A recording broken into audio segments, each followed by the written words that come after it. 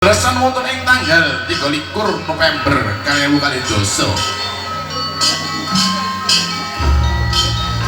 Sejagat Nurya katingal gumlawe astane tematen kekalih cetha yen lagi balangan gantal.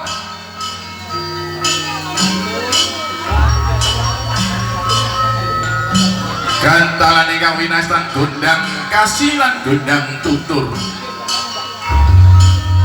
Punapa gantalan kula wau. Gantalan ingkang menika suruh ingkang tinimurosi ing salebeting isi jambe nem. Palandene pawerdinipun kadya jalu pawesti dinulusi jewenane hananging kini ketunggal rasani.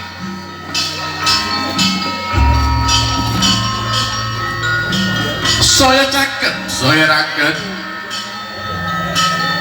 Nulyanya ketika ndogo kencono